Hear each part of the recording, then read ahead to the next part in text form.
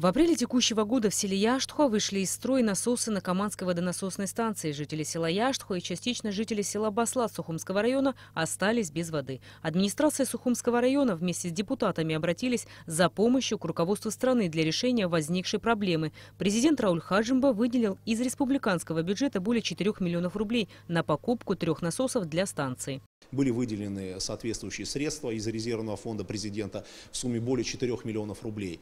Были заказаны моторы в Российской Федерации, комплектующие к специальному оборудованию. И вот на протяжении всего лета шли монтажные работы здесь, на Каманской водонасосной станции. Сегодня мы можем с удовлетворением сказать, что жители села Яштуха получили снова возможность пользоваться водой. И вот в канун такого святого для каждого из нас праздника, Дня Победы и Независимости, люди имеют возможность пользоваться элементарными, условно говоря, бытовыми какими-то своими возможностями. 2 насоса уже смонтированы и установлены. 3-й будет установлен в ближайшее время. 2 насоса будут работать постоянно, чтобы заполнять резервуары, откуда и получают воду сельчане. И снова в домах сельчан появилась вода. Это наш резервуар. Вот сюда дополняется вода, отсюда вот потом на второй резервуар, который находится в Шроме, там вверху. Там уже центральный винтиль. Оттуда открываем и идет в село вниз, в Яштуха, в Бирцха, там еще в сторону Чамбы идет. Какие-то работы будете здесь еще проводить? Здесь работы у нас только вот старый, что был, насос, должны мы его снимать. Вот сейчас трактор, когда приедет, 3-й мотор уже поставят уже. Когда это все закроем и хотим его снимать, то там это не нужно. И потом там у нас есть это все, лист был закрытый, мы его разобрали, чтобы тот снимать. И закроем это все, и все.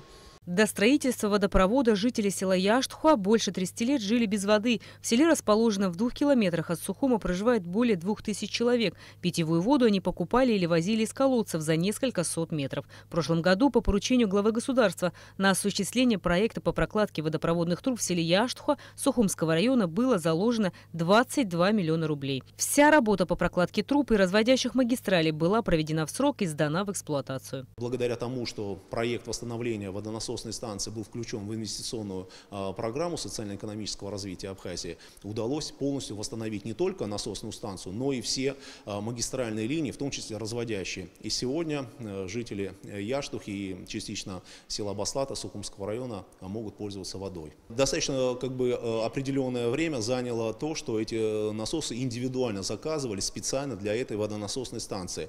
По заказу администрации Сухумского района они были изготовлены на одном из предприятий в Российской Федерации. Специально учитывался рельеф данной местности, градус наклона магистральных сетей, с тем, чтобы в последующем не было никаких форс-мажорных ситуаций. Мы рассчитываем, что уже проблемы, которые тут не так давно были, они ушли в прошлое, и сейчас нет никаких технических сложностей, что эта система будет работать без сбоев. Теперь жители села Яштхуа надеются на продолжение строительства дороги, большая часть которой уже заасфальтирована. Рената Шакая, Роберт Ломи, Абхазское телевидение.